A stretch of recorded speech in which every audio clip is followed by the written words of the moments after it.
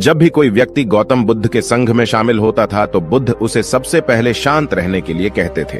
ध्यान की अवस्था में जाने से पहले उस भिक्षु को शांत रहना सिखाया जाता था। आज के दौर में हर तरफ सौरी शोर है। इसकी वजह से दिमाग में तनाव पैदा होना लाजमी है। ऐसे में अगर आप हर रोज कुछ देर मौन रहने का अभ्यास करते हैं तो इससे आपके तनाव पैदा होने वाले हार्मोन के लेवल में कमी आती है। इससे आपका दिमाग शांत होता है, गुस्सा नियंत्रित रहता है और तनाव बढ़ाने वाले हार्मोन्स का लेवल घटता है। आज के इस वीडियो में हम जानेंगे कि किन मौकों पर हमें शांत रहना है और किन मौकों पर हमें बोलना है और शांत रहने से हमारे अंदर क्या बदलाव आ सकता है। दोस्तों, संध्या काल का समय था। गुरु अपने सभी शिष्यों को बुलाते हैं और कहते हैं, कल सुबह सब लोग नदी में स्नान करने के बाद तुरंत हमारी कुटिया के सामने उपस्थित हो जाना। सभी इसी से हैरान रह जाते हैं कि हम लोगों ने कुछ गलती की है क्या, लेकिन गुस्से से यह कहते हैं कि हो सकता है कि गुरुजी कल सुबह कुछ अच्छी बात बताने वाले हैं। सब लोग रात को सही समय पर सो जाते हैं और सुबह उठकर सभी लोग नदी में स्नान करने के बाद वापस गुरुजी के सामने उपस्थित हो जाते हैं। गुरु कहते हैं, आज हम तुम सबको चुप रहने के फायदे के बारे में बताऊंगा। गुरु कहते हैं, 10 मौके जहां पर चुप रहने से होता है लाभ और बोलने से नुकसान। गुरु कहते हैं, अगर आप इन 10 मौकों पर शांत हो गए यानी मौन हो गए तो आप जो चाहेंगे वही मिल जाएगा। आपकी जिंदगी में चमत्कारिक बदलाव शुरू हो जाएंगे। जरूरत से ज्यादा बोलना या चुप रहना दोनों ही अच्छी बात नहीं है।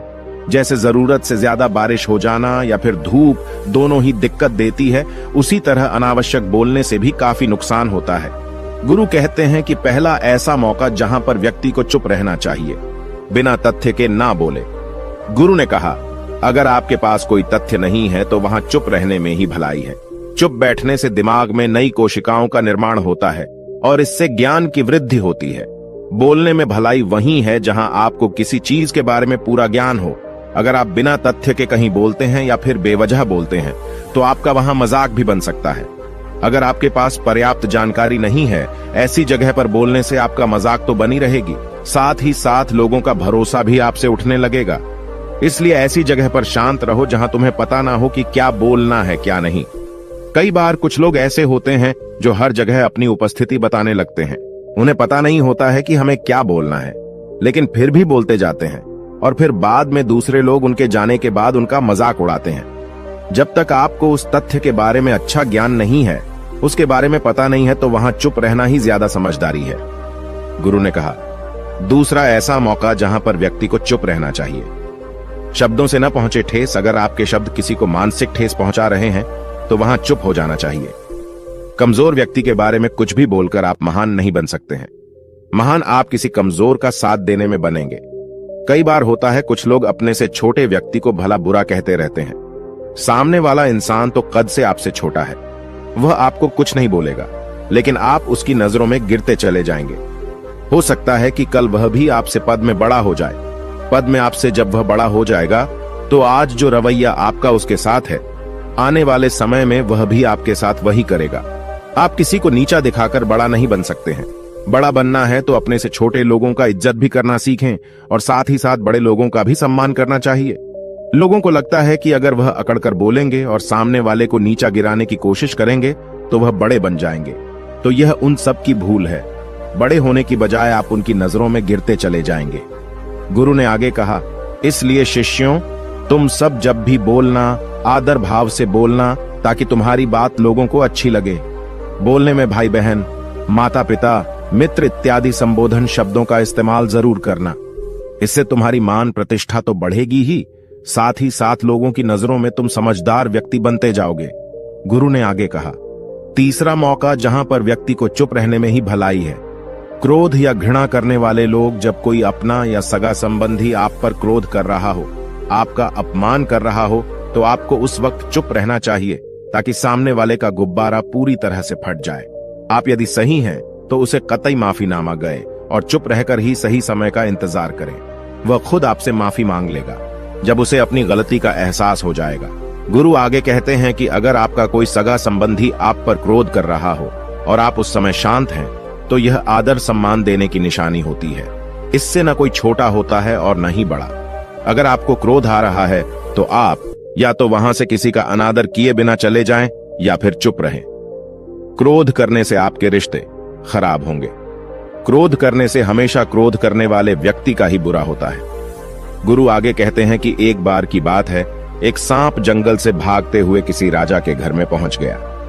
लोगों ने छेड़खानी की तो वह बहुत ही गुस्सा हो गया, जिससे घर में जो तलवार पड़ी हुई थी उसी को लपेटकर कसने लगा और धीरे धीरे उसका पूरा शरीर कट गया।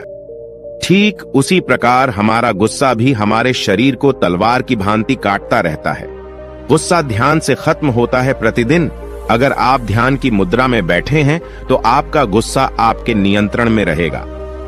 गुरु आगे कहते हैं कि यह तरीका है कि आप प्रतिदिन ध्यान का अभ्यास करें। इससे आपके शरीर में जो हार्मोन्स गुस्से को बढ़ावा देते हैं वह सब तुम्हारे नियंत्रण में रहेंगे, जिससे शरीर गुस्से पर आसानी तुम्हारा से काबू पा लेगा। लेकिन एक तरीका यह भी है कि जब भी आपको गुस्सा आए तो आप यह समझने का प्रयास करो कि क्या मेरा गुस्सा जायज है या नहीं। हमें वहां पर बोलना चाहिए कि नहीं। जब आप खुद इस बात का आकलन लगा पाएंगे तो आपको खुद पता चल जाएगा कि हमें गुस्सा करना चाहिए या नहीं। फिर भी आपको गुस्सा आ रहा है तो आप वहां से हटने का प्रयास करें, वहां से दूर चले जाएं। धीरे धीरे समय के साथ आपका दिमाग शांत हो जाएगा। गुरु ने कहा, चौथा ऐसा मौका जहां पर इंसान को बहुत ही समझदारी के साथ काम लेना चाहिए, वहां पर आपको चुप रहना ही चाहिए। जहां पर उस मुद्दे से आपका कोई संबंध ना हो। अगर आपका किसी मुद्दे से कोई संबंध ना हो तो वहां आपका चुप रहना बनता है। बिना किसी वजह अगर आप दूसरे के मुद्दे पर बोलेंगे तो यह आपके लिए अनिष्टकारी होगा। इसमें केवल और केवल आपका ही नुकसान है। जल्द ही आप किसी दो लोगों के बीच हो रहे विवाद में जल्दी अपनी टांग न डालें। अगर सामने वाला आपको बुला रहा है अपना झगड़ा शांत करवाने के लिए तो ही आप वहां पर जाएं। किसी की व्यक्तिगत जिंदगी में दखल अंदाजी नहीं देनी चाहिए जब तक कि वह व्यक्ति आपको नहीं बुलाता है। अपने झगड़े को शांत करवाने के लिए कुछ लोग फालतू में दूसरे के विवाद में कूद पड़ते हैं। इससे उनके मान सम्मान मर्यादा पर लोग उंगली उठाने लगते हैं।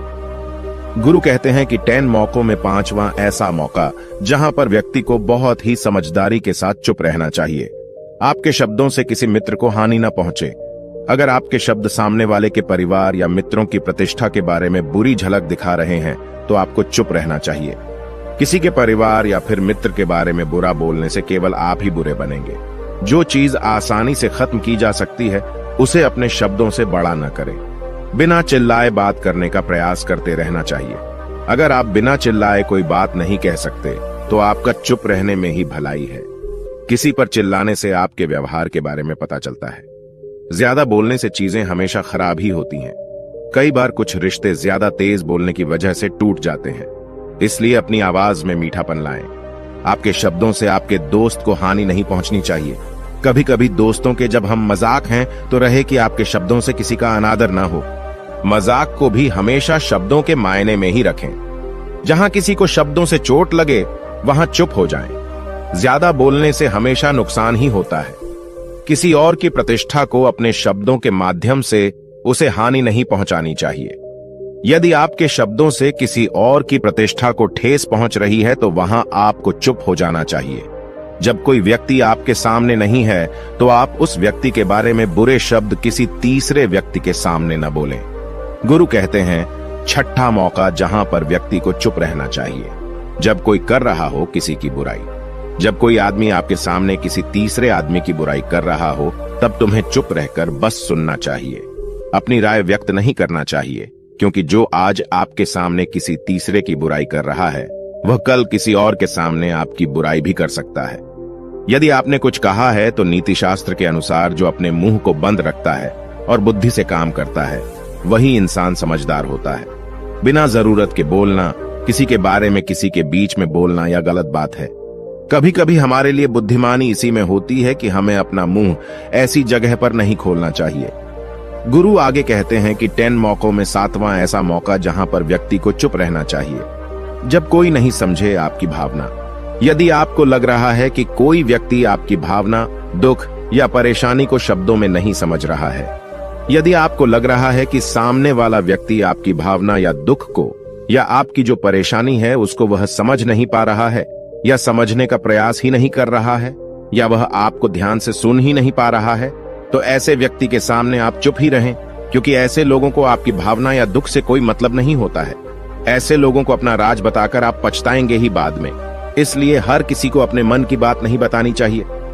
अगर आपको लग रहा है कि सामने वाला आपकी बात को नहीं समझ पा रहा है, आपकी भावनाओं को नहीं समझ पा रहा है, तो वहां पर आपको नहीं बोलना चाहिए, क्योंकि आज में आपका मजाक ही बन जाएगा जब आपको लगने लगे कि सामने वाला आपकी भावनाओं को ठीक तरीके से समझ रहा है, आप जो कह रहे हैं वह ठीक से सुन रहा है, तभी आप उसे अपनी बात कहें। गुरु कहते हैं कि 8वां मौका जहां पर आपको चुप रहना चाहिए, जब कोई इंसान अपना दुख व्यक्त करे। यदि कोई इंसान अपने दुख या परेशानी को आपको बता रहा है, तो इसका मतलब यह है कि वह आपको अपना समझ रहा है। ऐसे में तुरंत ही उसे समाधान बताने के बजाय चुप रहकर उसके दुख या समस्या को सुने। उसके दुख या समस्या को किसी और को न बताएं। वह इसलिए नहीं बता रहा है कि उसकी समस्याओं का समाधान कर देंगे, बल्कि वह इसलिए भी बता रहा है कि सामने वाला उसकी बात को समझ रहा है। कई बार बताने से दुख कम हो जाते हैं। आपको अपना दुख इसलिए बता रहा होगा कि उसे लग रहा है कि आप उसकी बात को समझ रहे हैं। दुख बांटने से कम हो जाता है। इसलिए जब कोई व्यक्ति अपना दुख आपसे व्यक्त करे, तो आप चुप मारकर उसकी बात को बहुत ही ध्यान से सुनें, ताकि उसके दुख कम हो जाएं।